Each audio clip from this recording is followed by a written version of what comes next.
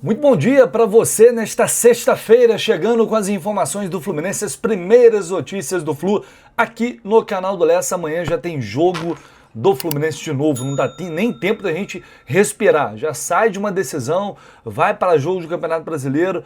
Terça-feira que vem tem outra decisão pela Copa do Brasil, mas também não é surpresa para ninguém, a gente já sabia que seria e será assim até a parada para a Copa do Mundo. Então vem comigo porque tem muita coisa para a gente falar aqui, tem muita informação e muita notícia, algumas nada boas, tá, para o Fluminense neste momento. Você pode deixar aqui o seu like se você puder, se você, claro, se sentir à vontade, já chega aqui deixando o seu like, seu comentário, se inscrevendo no canal, aquilo tudo que a gente pede todos os dias, mas que realmente ajuda demais para você, principalmente você que está por aqui sempre para ficar bem informado. E você também está chegando pela primeira vez, está conhecendo o canal, aí é mais importante ainda se inscrever para não perder absolutamente nada. Estou falando, por enquanto, ainda estou falando aqui de Mendoza, porque, enfim, nossa logística aqui, né, para variar essas viagens da América do Sul, alguns sufocos que a gente passa, muitos problemas aí com voos cancelados, horários modificados, enfim, com isso voltarei para o Rio somente amanhã, mas isso não importa, o que importa é a notícia. E a partir de agora a gente vai falar de alguns assuntos aqui delicados. Primeiro, um atraso no direito de imagem do mês de março, um pagamento referente ao mês de março, que para muitos jogadores os direitos de imagem representam boa parte do salário, que é aquela parte, a parte que não está na CLT, basicamente é isso. Né? Lá nos tempos de vacas magras, né? Naquela época em que atraso de salário era notícia todo dia no Fluminense, a gente sempre via a questão do direito de imagem em atraso, porque como ele não está sob o regime da CLT, é mais fácil você acumular e dever essa parte do salário dos jogadores do que propriamente na CLT, que quando completa o terceiro mês de atraso, o jogador pode pedir a rescisão de contrato. Lá atrás isso acontecia com certa frequência.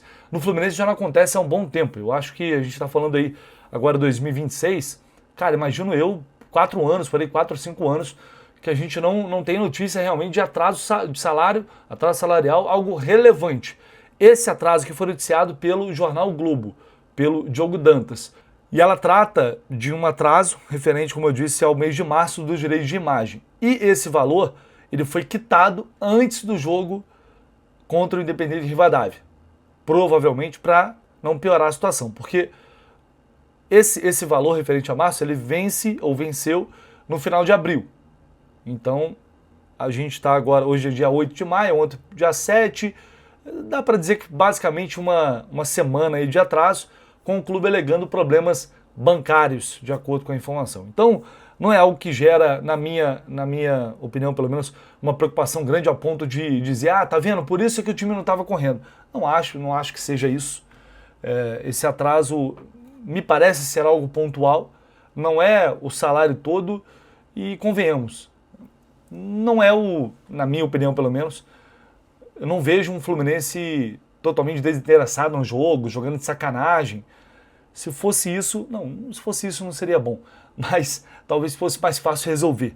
Né? O Fluminense tem muitos problemas e a gente tem debatido eles com frequência. Não acho que foi esse atraso especificamente que, por exemplo, traduz a péssima campanha na Copa Libertadores. Porque o Fluminense venceu os jogos do Campeonato Brasileiro, tanto é que ainda segue com uma boa campanha por lá. Mas enfim, foi quitado, mas serve de alerta, serve de muito alerta, porque isso não é um bom sinal. Não é um bom sinal.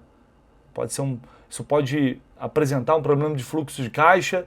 O clube investiu muito, gastou muito com muitos jogadores, tem uma folha salarial altíssima, acima de 23, 24 milhões de reais. Então, é bom a gente ficar de olho aí, porque isso pode significar mais problemas ao longo do ano, né? Se a situação não melhorar, e tá vindo o Hulk por aí, né? Para onerar ainda mais essa folha salarial. Falando ainda de dinheiro, ontem também saiu uma informação que foi publicada no GE. Eu tinha recebido essa informação no dia, horas antes da partida contra o Independente de Rivadavia, mas, enfim, correria de jogo, ainda mais jogo fora de casa, a gente tem que chegar no estádio muito cedo. Não houve tempo suficiente para correr atrás, para apurar e trazer mais detalhes. Esses detalhes foram apresentados na reportagem publicada ontem pelo GE, falando sobre um processo no Tribunal Regional do Trabalho que o zagueiro Manuel está movendo contra o Fluminense, pedindo uma indenização de estabilidade provisória, férias, FGTS e premiações atrasadas. Ao todo, essa ação está pedindo, na verdade, um ressarcimento de mais de 11 milhões de reais, quase 12 milhões de reais. Na própria matéria já disse que o Fluminense foi procurado e não vai se manifestar sobre o caso. Bom, qual é a história? Aí eu vou apresentar objetivamente aqui o que diz o Manuel, o seu staff e pessoas próximas a ele, o que diz o clube. Na versão do Manuel, ele teve a lesão lá em outubro, uma lesão no menisco. No primeiro momento, a escolha foi para um tratamento conservador, ou seja, sem cirurgia, só que ele não evoluiu como esperado e ele decidiu, a partir disso, operar, né? Ele faz essa cirurgia e aí inicia a recuperação no clube. Ele tinha um contrato até o final do ano. Chega em dezembro, o Fluminense disse que não vai renovar mais o contrato do Manuel. Ele segue treinando, se recuperando lá no CT dessa cirurgia, e ele esperava que em algum momento o clube fosse chegar e falar: olha, vamos estender aqui o seu contrato porque você está se recuperando ainda da lesão que você teve, fisicamente, enfim. Como o Fluminense teve que fazer com o Terans agora. Aliás, como o Penharol deveria ter feito com o Terans. E o Terans veio para cá e ficou por isso mesmo, porque o Terans não estava 100% recuperado. Ficou por isso mesmo. O correto é o clube pegou emprestado. Você tem que renovar o contrato até o cara estar plenamente recuperado. O Manuel alega que não estava recuperado, ele estava ainda se recuperando dessa lesão. E aí o Fluminense rompe o contrato, ele é permitido a ele continuar no clube, fazendo ali as atividades de recuperação física e tal, mas não tem o contrato estendido.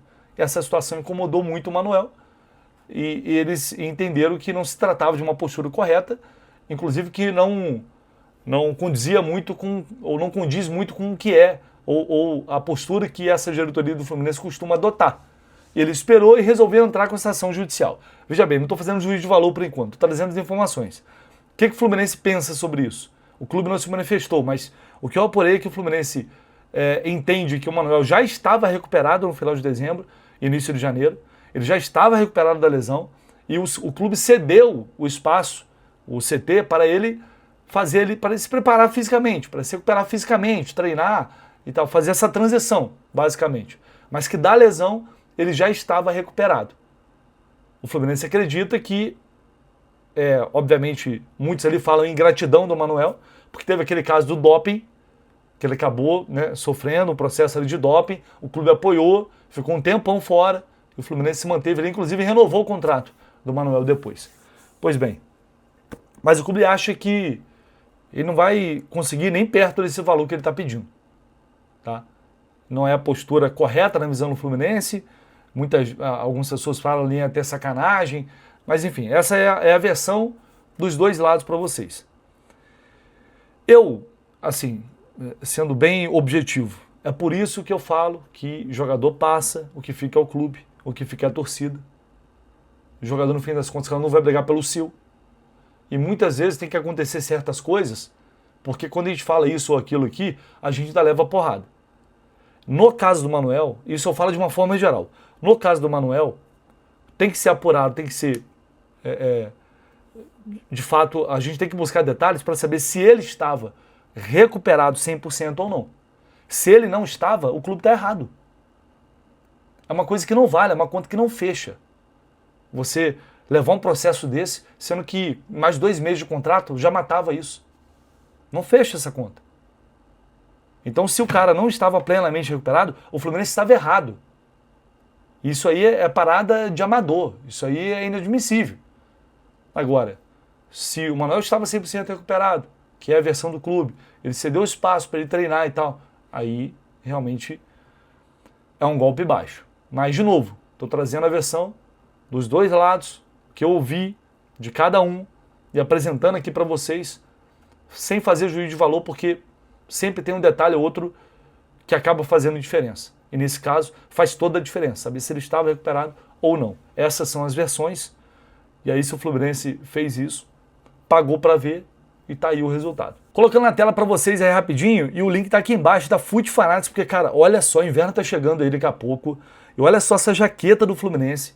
Essa jaqueta, eu fiquei muito tempo de olho nela, e ela sempre esteve R$ 429. E essa jaqueta tá agora, gente, R$ 159,90. Essa jaqueta bonitaça, R$ 159,90. Tá muito barato. Se você não tem uma dessa ainda, vale muito a pena, porque se você utilizar o cupom Jornada 10, você vai pagar mais barato, 10% mais barato. E se pagar no Pix é mais 10%.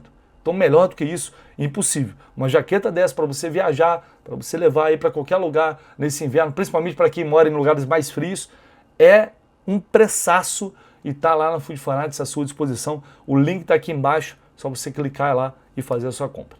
Bom, vamos lá. Ontem também tivemos repercussão na mídia tradicional sobre a atuação do Fluminense, o empate contra o Independiente Rivadavia e muitas críticas. Nem a mídia tradicional está aguentando essa postura do Zubeldia. Por que eu estou falando isso? Porque até eles estão incomodados ao perceber como o Zubeldia demora a mexer no time. Foi mais uma vez esse jogo, já falamos, fomos à loucura e o empate caiu do céu como um presente divino para que o Fluminense tivesse condições ainda de se classificar. E aí o Felipe Melo foi para cima também dele, rebatendo. Não é a primeira vez, não é a primeira vez que o Felipe Melo bate de frente com o Zubeldia, e dessa vez ele foi muito firme. Eu vou colocar o que o Eric Faria disse no Redação Sport TV e o que o Felipe Melo também falou no Sport TV. O Zubeldia, ele demora muito a mexer no time. É muito. Assim, na final do Campeonato Carioca já tinha sido assim, em outros jogos já 33 já foi minutos assim. ontem, Eric. Exatamente. A primeira alteração. 33 minutos, do segundo já tempo. estava perdendo o jogo, ele sabia que, como o Sibila explicou muito bem, a questão do grupo. Com uma derrota, o Fluminense ficaria numa situação dramática para se classificar. Ele toma o gol com 20 minutos, ele só vai mexer com 32. Ele demora 12 minutos depois de tomar o gol a mexer. Quando claramente o Fluminense precisava de força ofensiva. Poderia ter mexido até no intervalo, depois de um primeiro tempo, que foi uma lástima. Até o gol do Kennedy ontem, o Fluminense tinha feito um gol na Libertadores. O Fluminense agora tem 2 gols na Libertadores em 4 jogos. O poder de fogo do Fluminense na Libertadores é baixo, é baixíssimo. Então, você perdendo, vendo a classificação praticamente fugir da tua mão, você ainda demorar 12 minutos para mexer, tendo banco, tendo o John Kennedy, tendo o Soteldo, tendo o Alisson, tendo outros jogadores no banco, eu acho que ontem ele passou do ponto da demora. Não gosto disso aí não, sabe? Chega e assume. O time não jogou bem. O time para classificar precisa melhorar, sabe? Não vai enganar o torcedor, porque o torcedor não é bobo. Quando ele deu uma entrevista antes do jogo e falou, alguns dias atrás, na entrevista ele falou, olha, quem foi que falou que esse grupo era acessível, praticamente não sabe de futebol. Eu sei muito de futebol. E o grupo do Fluminense é muito acessível. Muito. É muito acessível para classificar em primeiro lugar. Tanto que se você perguntar, ou melhor, nós vimos entrevistas de atletas de outros times, falam assim, ó, a gente achou que o Fluminense fosse nadar de braçada. Todo mundo. E assim não foi. Então tem que assumir a responsabilidade.